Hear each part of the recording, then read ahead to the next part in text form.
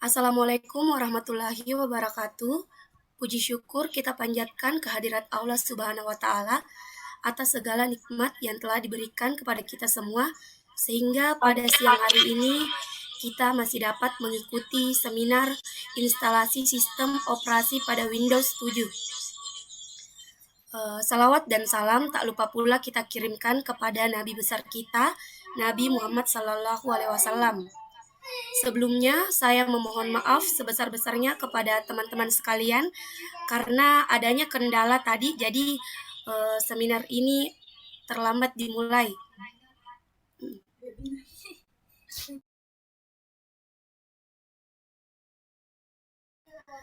Sebelum dari itu, perkenalkan nama saya Rizky Afifah sebagai moderator. Adapun pemateri kali ini bernama Rani Engreni. Baik, untuk mempersingkat waktu, saya persilahkan kepada saudari Rani Anggreni untuk memaparkan materinya. Dengan hormat dipersilahkan. Baik, terima kasih moderator. Assalamualaikum warahmatullahi wabarakatuh.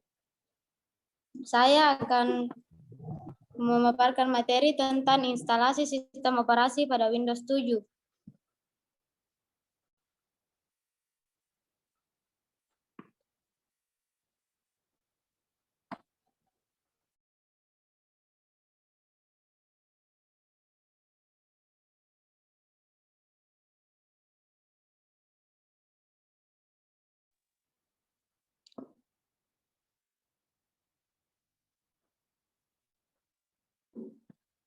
Instalasi adalah pemasangan suatu perangkat software ke dalam suatu sistem. Sistem operasi komputer adalah software yang diperlukan untuk mengelola dan mengoperasikan perangkat komputer. Jadi, instalasi sistem operasi Windows adalah proses menginstal sistem operasi Windows ke dalam komputer, biasanya lebih dari satu komputer, dan istilah ini biasa dipakai oleh pihak penjual atau divisi IT pada suatu perusahaan. Selanjutnya,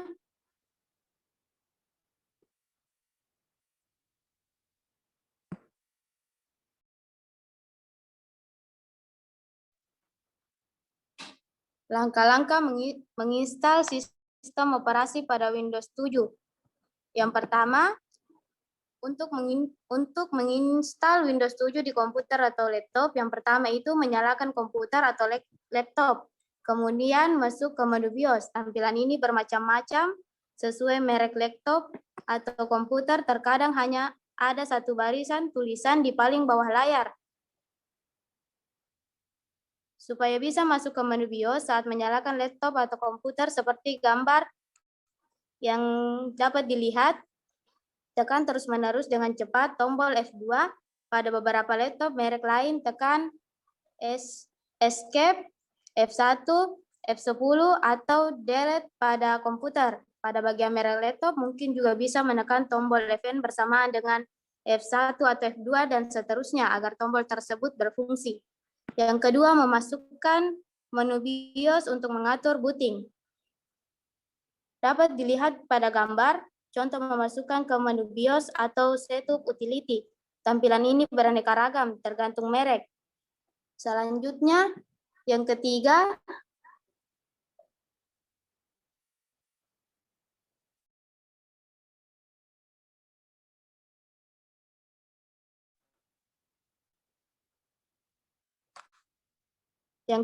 mencari tab boot untuk mengetuk booting pertama. Booting terkadang tersembunyi, jadi cari saja.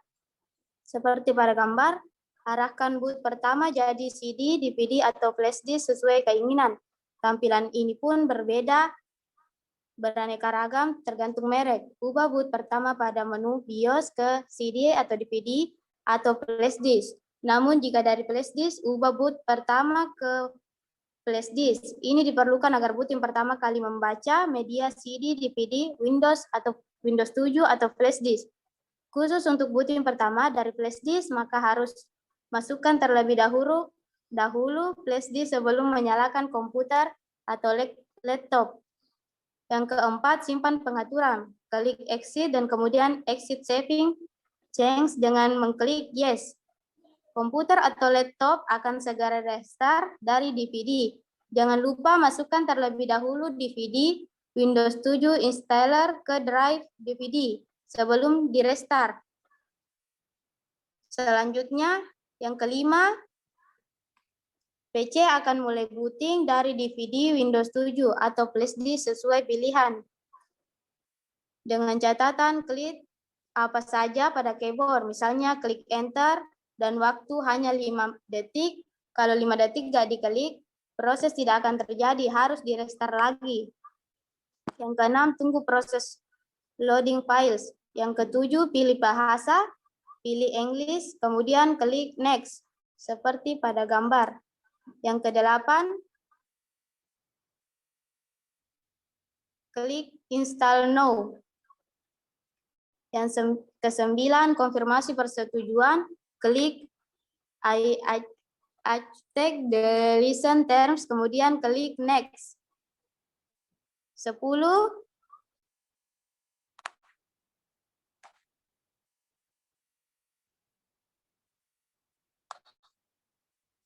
pilih opsi kostum advance untuk melanjutkan. Yang ke-11, pilih opsi yang ke-11, atur partisipasi yang sesuai keinginan. Pada langkah ini penting untuk mengatur partisipasi yang akan diinstal baru. Gambar tersebut merupakan contoh laptop yang memiliki 3 partisipasi. Yang pertama, sistem referred, kedua Windows 7 lama alias C, dan ketiga data alias D. Jika pada gambar di atas pada kotak tersebut kosong, artinya hard disk tidak terbaca, maka hard disk kemungkinan rusak atau kurang bagus, atau kabel ke hard disk tidak sebagus atau tidak terdeteksi. Yang ke-12, hapus partisi sistem sebelum delete partisi sistem Windows yang lama. Dengan delete partisi, maka sistem lama akan terhapus dan My Windows pun akan terhapus seluruhnya, karena My Windows termasuk C. Jadi kalau simpan data-data di kemudian hari, sebaiknya di file D atau E. Arahkan kursor untuk menghapus partisi dengan klik delete, kemudian klik OK. Oke, selanjutnya sampai tampilan pada gambar berikutnya. Yang ke-13, buat partisi baru dengan escape hard disk yang cukup. Arahkan kursor pada partisi yang akan diisi Windows 7 yang baru, klik New. Kemudian klik OK dan OK untuk diketahui di sini ada satu nilai beberapa battle hard disk. Yang ke-14,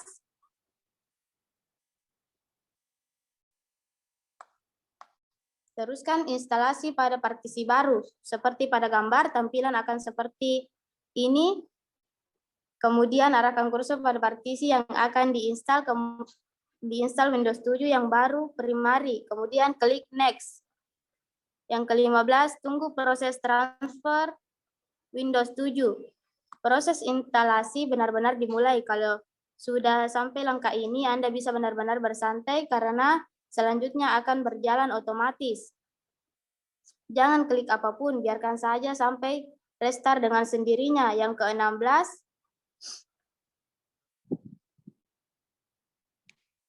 tunggu proses lanjutan. Proses instalasi dilanjutkan otomatis, kemudian akan restart sendiri. Jika menggunakan DVD, tidak melakukan apapun. Tapi jika menggunakan flash disk, setelah gambar tersebut terrestart, flash disk harus dicabut. Yang ke-17, restart otomatis. Setelah restart, pada langkah ini jangan klik apapun. Kalau diklik, nanti mulai lagi seperti langkah di atas. Jika memakai flash disk tidak ada gambar di atas, maka cabut. Yang ke-18, penyempurnaan instalasi lanjutan.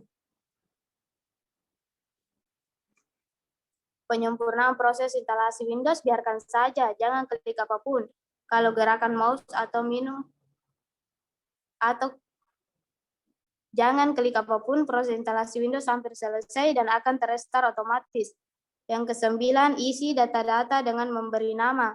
Isi nama untuk laptop, komputer, bebas, terus klik next. Yang ke-20, isi kata sandi jika diinginkan. isi paspor Windows 7. Tidak usah diisi kecuali laptop atau komputernya ingin memakai paspor, kemudian klik next. Yang 21 isi produk key. Jika sudah punya produk key, klik skip jika belum punya. Yang ke-22, klik use recommended setting. Yang ke-23, pengaturan waktu akta sesuai dengan yang dikehendaki, kemudian klik next seperti pada gambar. Yang ke-24,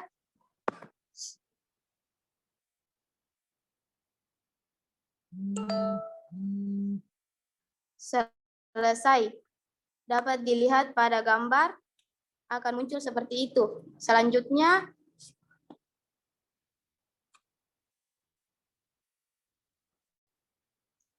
fungsi sistem operasi ada 7. Yang pertama, menjalankan operasi dasar. Yang kedua, mengatur kerja hardware dan software.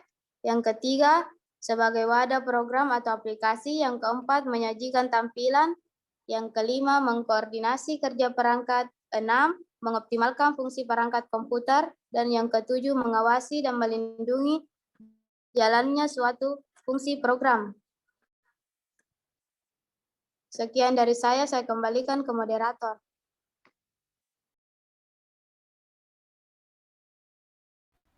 Baik, itulah tadi pemaparan materi dari Saudari Rani Anggreni. Selanjutnya saya akan membuka sesi tanya jawab maksimal 3 pertanyaan. Kepada teman-teman sekalian, jika ingin bertanya silakan raise hand.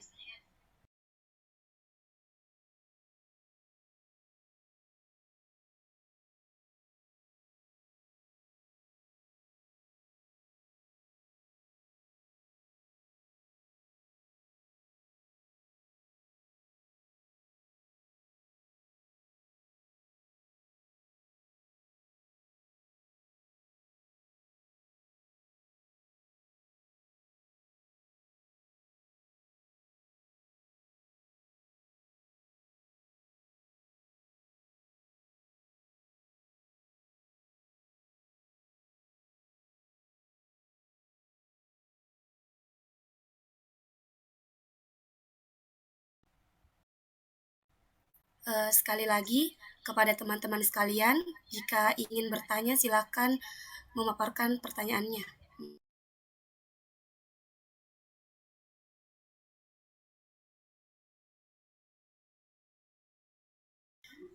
Baik, saya lanjutkan kepada teman-teman yang ingin bertanya, saya persilakan untuk raise hand.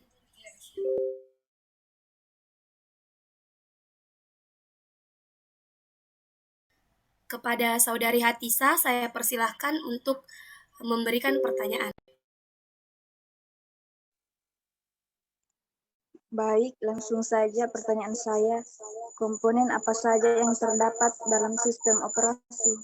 Terima kasih.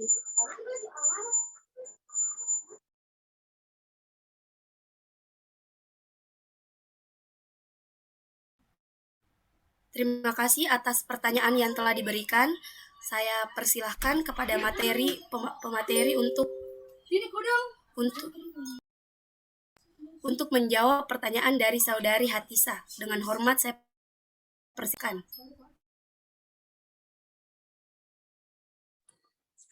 Baik, langsung saja saya akan menjawab pertanyaan dari Saudari Hatisa. Komponen apa saja yang terdapat pada sistem operasi? Komponen yang terdapat dalam sistem operasi yang pertama yaitu hardware atau perangkat keras, yang kedua software atau perangkat lunak, yang ketiga brainware. Saya kembalikan ke moderator.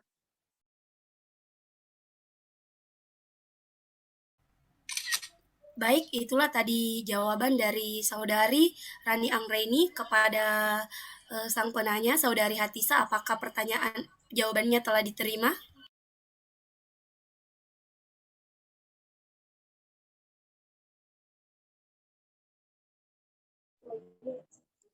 Iya, terima kasih atas jawabannya.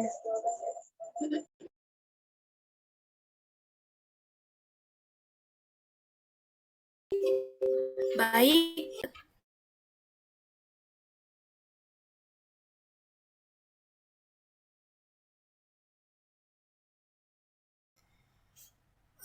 kepada teman-teman, apakah masih ada pertanyaan yang ingin bertanya? Silakan raise hand.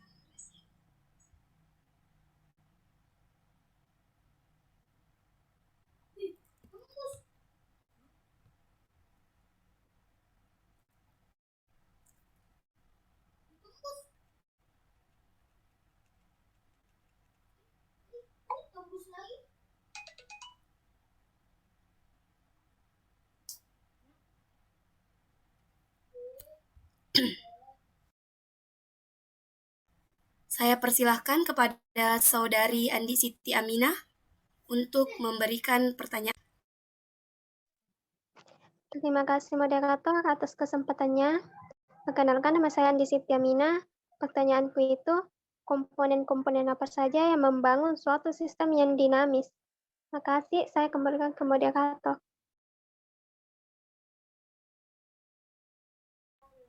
Terima kasih atas pertanyaan yang telah diberikan. Saya persilahkan kepada Saudari Rani Anggreni untuk menjawab pertanyaan dari Saudari Andi Siti Aminah.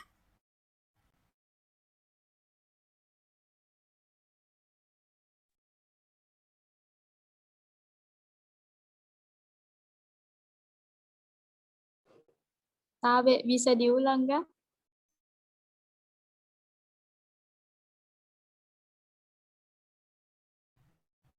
Mohon maaf, Andi Siti Aminah, bisa kita ulangi pertanyaan tak? Baik, pertanyaanku itu, komponen-komponen apa saja yang membangun suatu sistem yang dinamis?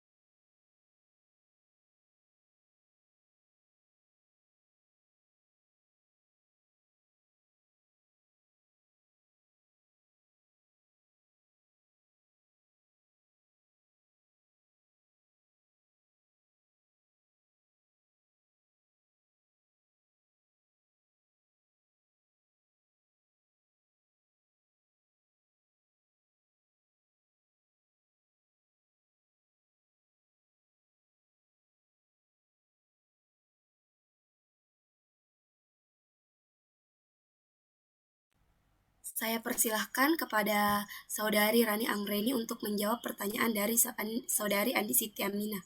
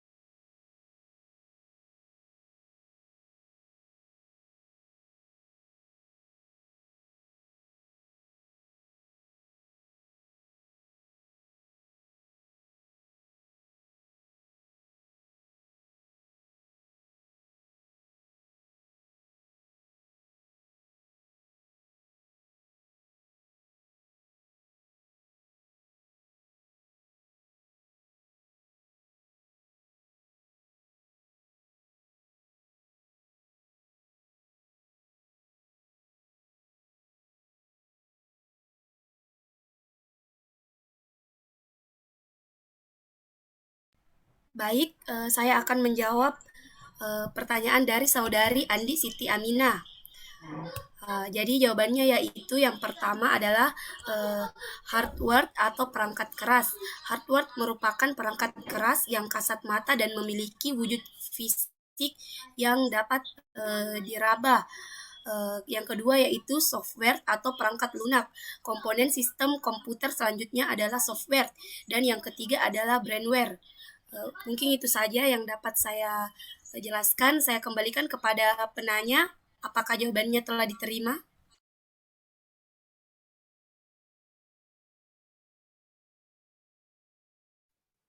Iya, makasih atas jawabannya. Baik, apakah teman-teman sekalian masih ada yang ingin bertanya?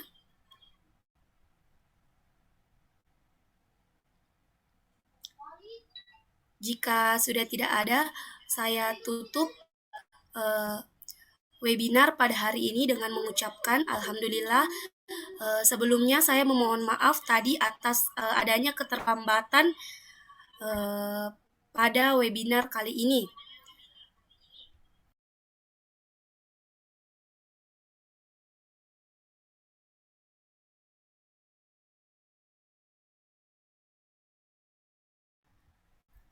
Akhir kata, saya ucapkan lebih dan kurangnya mohon dimaafkan. Wassalamualaikum warahmatullahi wabarakatuh. Terima kasih. Waalaikumsalam. Waalaikumsalam warahmatullahi wabarakatuh.